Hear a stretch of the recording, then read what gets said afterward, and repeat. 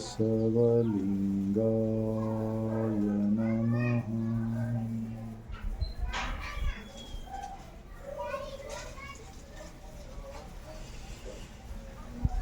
जगत ज्योति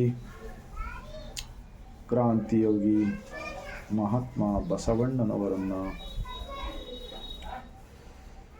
ವಿಶ್ವ ಜ್ಯೋತಿ ಅಕ್ಕ ಮಹಾದೇವಿರವರನ್ನ ಸಕಲ ಶಿವ ಶರಣರನ್ನ ಎನ್ನ ಹೃದಯ ಮಂದಿರದಲ್ಲಿ ನಿಲ್ಲುತ್ತಾ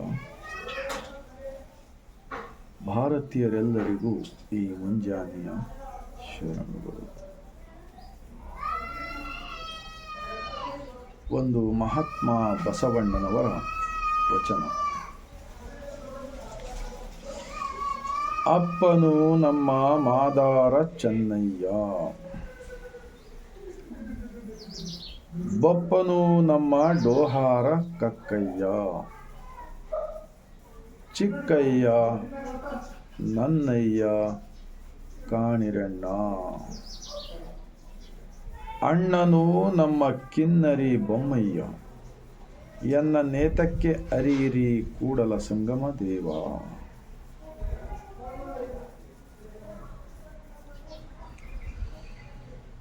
महात्मा बसवण्णा जी का ये वचन 12वीं शताब्दी में बिज्जल राजा के ज़माने में महात्मा बसवण्णा जी प्राइम मिनिस्टर थे, प्रधानमंत्री थे। उन्होंने जो किया काम, विश्व के फर्स्ट पार्लियामेंट अनुभव मंडप, प्रजाप्रभुत्व बोलते ना, वैसा एक बहुत बड़ा इतिहास हमको देखने को मिलता है उनके वचनों में। 12वीं शताब्दी में इस भारत देश के अंदर जितने भी कास्टिज्म पहले थे वो सब कास्टिज्म को निकालकर उन्होंने एक अच्छा समाज करके दिखाया। सो हमारा आंखों के सामने है। अब वचनों के बाद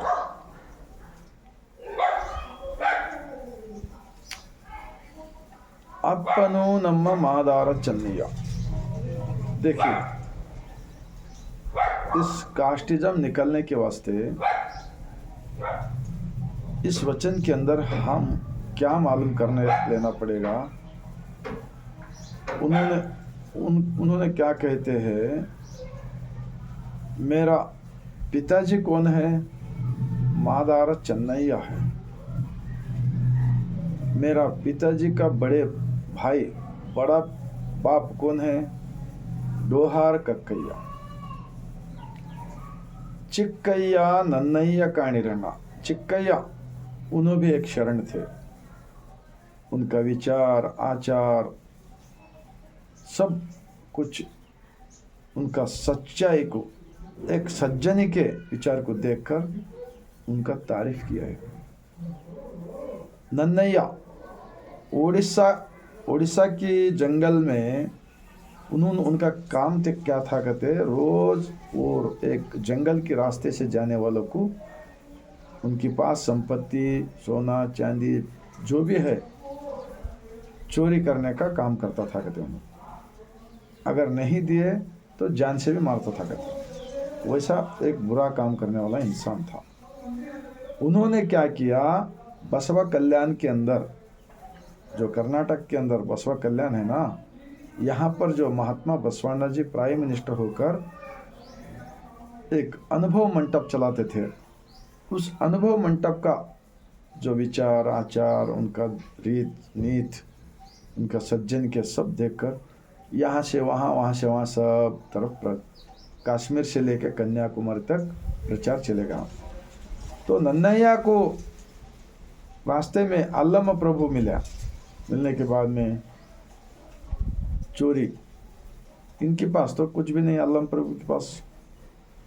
तो जो नन्नయ్య का जो गलत काम कर रहे थे ना, वो गलत काम को कुछ अच्छे बातें बोलने के बाद में उन्हें सुधर कर अनुभव मंडप को बुला के लाया नन्नैया को। बाद में उन्होंने यहाँ पर बसवा कल्याण के अनुभव मंडप में आके एक अच्छा सज्जन इंसान बनकर, शरण होकर, छाती पे इष्ट लिंग बांधकर, पिशाने पे विभूति लगा लेकर एक महान शरण बन गया। तो उनका तारीफ किया बसवण्णा जी। आगे क्या बोलते हैं, अण्णनु नम्म किन्नरी बोम्मಯ್ಯ। किन्नरी बोम्मಯ್ಯ हुमनाबाद तालुके के अंदर हल्लीखेड़ गांव है, पहाड़ पे एक गवी है, वहाँ पर रहते थे उन्होंने। वहाँ से बसवा कल्याण को आके अनुभव मंडप में भागी होते थे। उन्होंने भी एक महान शरण बन गया। तो इस वचन का क्या मालूम होता है, जो भी लोग अनुभव मंडप में आते थे, अच्छे लोग बुरे लोग, वो सब आकर यहाँ पर एक बहुत सज्जन इंसान बनते थे। तो बाद में एक ऐसा माहौल तैयार हो गया बसवा कल्याण के अंदर, 770 लोग महान शरण बन गए। एक बाल बराबर भी झूठ नहीं, चोरी नहीं, किसी का निंदा नहीं, कुछ भी नहीं। ऐसा इतिहास बना के दिखाया महात्मा बसवण्णा जी। तो हम बोलने का इस वचन का मतलब क्या है, लास्ट में क्या बोलते हैं बसवण्णा जी, यन्न नेतक्के हरिहरि कूडल संगम देवा। मतलब अब मेरा सामने वो लोग बड़े हो गए, ज्ञानी हो गए, सज्जन लोग हो गए, और मैं खुशी से मैं बोलता हूँ उनका सामने मैं कुछ भी नहीं हूँ। ऐसे ऐसे एक दूसरे को एक खुशी से ऐसा बोलते थे।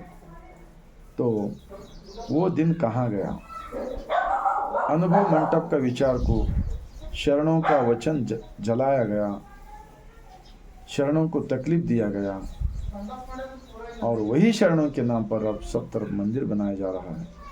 शरणों तो मंदिर का विरोध में वचना लिखे, मंदिर में भगवान नहीं है, वो एक बहुत बड़ा बिजनेस है। वहाँ पर जाने वाले सब लोग गुलाम बनते हैं और एक दूसरे के दुश्मन बनते हैं। और बसवण्णा क्या किए थे, एक दूसरे से मिलाने के वास्ते अनुभव मंडप बनाए थे। बहुत सारे वचन ऐसे हैं। अब जैसे कि यनगिंत किरियरिल्ला शिवभक्तरिगिंत हिरियरिल्ला। बसवण्णा जी क्या, जो लोग छाती पे इष्टलिंग बांधकर मेरा शरीर ही एक देवालय है, देवस्थान है, ऐसा समझकर अंदर के साक्षी से जो जीते हैं ना, वही एक बहुत बड़ा महान इंसान होता है। ऐसा एक 12वीं शताब्दी में जो इतिहास हुआ था, वो अभी भी बहुत ज़रूरत है। भारत देश के अंदर जो कास्टिज्म, ऊंच नीच, भेदभाव, ये जो भी हो रहा है, अनुभव मंडप अगर हर गांव में, हर सिटी में हो गए तो हर वो 12वीं शताब्दी का दिन अभी भी आ सकते हैं। बसवा कल्याण के अंदर एक नया अनुभव मंडप बनाया जा रहा है। वो इतिहास, शरणों का जो इतिहास है, उसके आधार के ऊपर ही होने दो, और भारत देश एक सबसे महान देश बनेगा, सज्जन लोग बनेगा, दुर्जन लोग का कंट्रोल होगा, और इस देश का सबका कल्याण होने वाला है। बल्कि मैं बोलते हुए आप सबको अगर अच्छा लगा तो भारत देश के अंदर 140-45 करोड़ जनता है ना, सबके घरों में अनुभव मंडप का विचार, 23 भाषा में किताब मिलते हैं, वचन यूट्यूब में मिलता है, फेसबुक में मिलता है। हर वचन एक ऐसा है, तुम दूसरा कौन सा भी नियम करने का ज़रूरत नहीं, कौन सा भी परहेज करने का ज़रूरत नहीं, कहाँ पर भी भगवान के नाम पे भीख मांगने का ज़रूरत नहीं है, नहीं है, नहीं है। सिर्फ अंदर जो भी बोलना है अंदर बोलो, अंदर का मालिक तुमको अच्छा रास्ता दिखाएगा। मैं इतना बोलते हुए पूरे मेरा भारतवासियों को मैं सर झुकाकर यहाँ से शरण करता हूँ।